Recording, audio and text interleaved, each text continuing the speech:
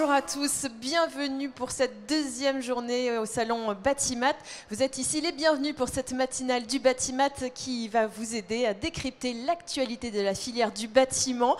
Et aujourd'hui, nous allons parler de distribution, quelles évolutions et qui sont les petits nouveaux, y compris ceux en location. Et nous allons recevoir de nombreux invités. Monsieur Hervé Rebelot de DLR, vous êtes délégué général. Bonjour et bienvenue, installez-vous, voilà. Bonjour. La petite mallette, voilà les petits documents à sortir, oui. Plein de choses à nous montrer. À l'époque de la digitalisation. Voilà, mais on le Même sait, à l'époque de la digitalisation, le papier conserve quelques intérêts. Exactement. Donc vous avez des petites notes. Oui, exactement. Alors, l'agenda. Notamment quelques chiffres que j'ai remis à jour ce matin, effectivement. Eh ben, on va y aller tout de suite. Vous allez déjà nous présenter DLR. Bien sûr. DLR donc, est une association professionnelle sous un statut particulier, associatif loi 1884. Notre métier, c'est... Parlez plus près du micro. C'est faire du lobbying, répondre aux questions de nos adhérents. Nous traitons à peu près une cinquantaine de questions par jour sur des thèmes sociaux, techniques, sécu, environnement, droit du contrat, etc. Faire de la formation professionnelle, faire des audits et faire énormément d'événements, conférences, congrès, etc. D'ailleurs, vous y participez vous-même régulièrement. DLR a 53 ans, c'est une équipe de 11 personnes qui regroupe à peu près 600 entreprises membres, qui sont des entreprises qui vendent, qui louent et qui réparent des matériels de construction et de manutention. Donc nous sommes dans tous les champs industriels, bâtiments, logistique, grande industrie. C'est un secteur qui se caractérise par 2 ou 3 très grands leaders. Il y en avait un qui était là il y a quelques minutes. Et après, on a vraiment une énorme marche. On passe dans un monde de PME, TPE. On compte à peu près 12 milliards d'euros de chiffre d'affaires, 45 000 collaborateurs, 2200 entreprises, 4000 sites, plus ou moins à la louche. C'est essentiellement la distribution qui doit faire presque 5 milliards d'euros, la location fait presque 4 milliards et la manutention, je vous laisse faire la soustraction, hein, 5 plus 4 pour aller à 12. J'ai mal à la tête. Mais en réalité, vous avez pris des notes, enfin, vous avez des notes, mais vous ne les regardez même pas. Oh, en fait, vous avez remarqué. Vous semblez bien connaître le sujet. Oui, oui, ça fait partie du job, effectivement. Donc, la caractéristique de DLR, ce qui n'est pas le cas de toutes les associations du même genre, c'est d'avoir 3 métiers. Prenons j'allais dire le premier qui me vient à l'esprit, la distribution, les tendances, les grandes tendances du marché en 2019, ce qui est attendu pour 2020. La distribution, la vente va bien. On a eu les effets du suramortissement Macron il y a 2 ans qui continuent à jouer parce qu'il y a encore des livraisons. Là actuellement on est en train de travailler pour voir si on peut bénéficier d'une nouvelle loi qui est en cours de discussion dans les couloirs du Parlement sur le sujet.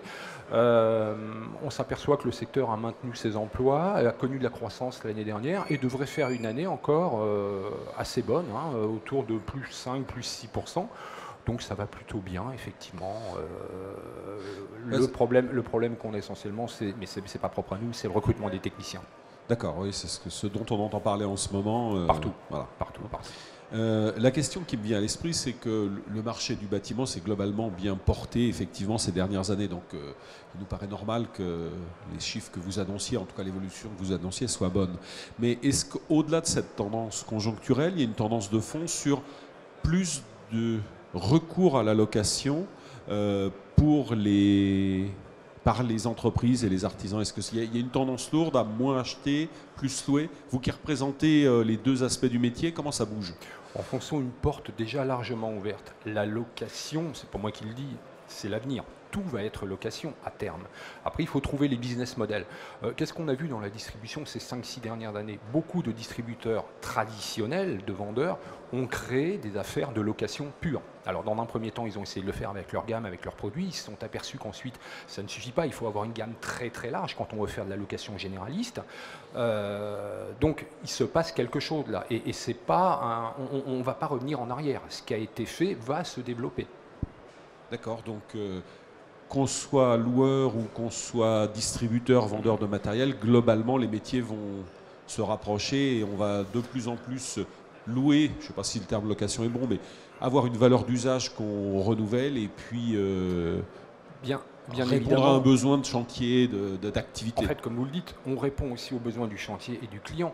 tous les grands acheteurs des majors du BTP ont annoncé ces dernières années qu'ils allaient glisser vers du full service, qu'ils allaient arrêter d'immobiliser des sommes colossales de centaines de millions d'euros pour dire j'ai le plus grand parc de France ou d'Europe. Ils vont garder les matériels stratégiques et des matériels pour eux, et après ils vont glisser vers la location. C'est d'ailleurs très compliqué parce qu'on voit maintenant arriver les contrats cadres de ces grands clients qui viennent encadrer cette relation. Et là, il nous faudrait 1 heure ou 2 d'émission. J'ai plein de choses à vous dire. Il y a un mot que j'ai entendu qu'on n'entendait pas traditionnellement dans nos métiers, dans le bâtiment, yield management, ce mot venu du transport. Est-ce que c'est là aussi dans l'optique de l'évolution que vous pointez? Est-ce que c'est quelque chose qui peut commencer à avoir du sens? J'ai un parc qui est limité en volume. Est-ce que je peux me dire que comme exactement les sièges d'un avion, on ne peut pas étendre un avion, donc je pratique la location en fonction et les prix de location en fonction de demande? En fait, vous êtes en train d'évoquer la gestion. Et la gestion, elle va se jouer effectivement de notre côté là-dessus. Tout est à faire. Tout est à faire. Je ne parle pas des 2 grands majors qui, eux, sont déjà en train de plancher sur ces sujets-là, mais pour les PME du secteur, tout est à faire. Et puis, dans ce qu'il y a à faire pour mettre en place ceci, et ce n'est pas la seule chose à mettre en place, il y a aussi intégrer la relation client dans cette mise en place. C'est sport. C'est très très sport parce que ne serait-ce que lorsque vous commencez à penser sur des nouveaux business models comme ceci, il faut les appuyer sur des applis, sur des investissements qui sont des investissements non plus matériels ou en hommes, mais sur le monde du soft, de l'informatique. Et là, on le sait, toutes les études qu'on a ces 2 dernières années sur ce qu'on peut appeler la digitalisation au sens très très large, sans rentrer dans les détails, c'est pas qu'on est en retard, c'est qu'on n'a pas commencé. D'accord, oui, malgré ce qu'on nous dit, vous pensez que la digitalisation du secteur, elle est encore très en retard par rapport à d'autres? Bien sûr. Prenons un élément comme le BIM, qui n'est pas la digitalisation, mais qu'on va dire dans ce grand ensemble qui est dans le périmètre. Voilà, qui est dans le périmètre. Le BIM, on est en train de le découvrir. Nos machines ne sont pas encore modélisées. Il n'y a aucun catalogue numérique général de l'ensemble des machines. Donc rien que ce boulot-là, qui va le faire, qu'est-ce que ça va coûter, le temps que ça va prendre. Après, il faudra le greffer sur la maquette BIM. On va se revoir.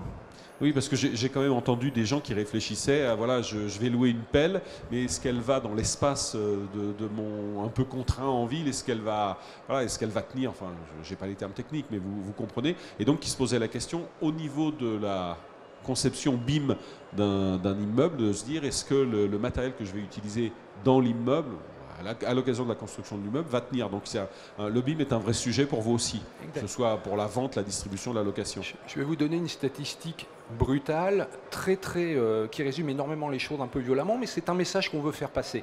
Les études qu'on a fait ces 2 dernières années DLR sur ces phénomènes de digitalisation au sens large montrent en gros 80% de nos clients, quels qu'ils soient, sont en attente d'une offre numérique digitale. 80% des entreprises du secteur n'ont rien. Ouais, ça parle. C'est une bonne conclusion. C'est une bonne conclusion. Et c'est un message. On va me le reprocher. On dit qu'est-ce que tu as été dire. Non, c'est un message qu'on passe parce que ça veut dire qu'il faut y aller. C'est le moment d'y aller. Est-ce que vous êtes présent sur Batimat? Est-ce que vous avez un stand? Oui, alors, mais pas sous DLR. J'ai oublié de vous dire tout à l'heure que DLR rassemble des entreprises, mais aussi des syndicats. Sont membres de DLR l'Union française du levage, les grues mobiles, le SPMDG, le syndicat des monteurs-réparateurs de grues à tours, et l'ASIM, l'association des constructions industrielles et modulaires. Et cette année, Batimat, pour la première fois, a un espace modulaire dans le hall 6. Donc l'ASIM est présente et nous sommes là avec une partie de l'équipe.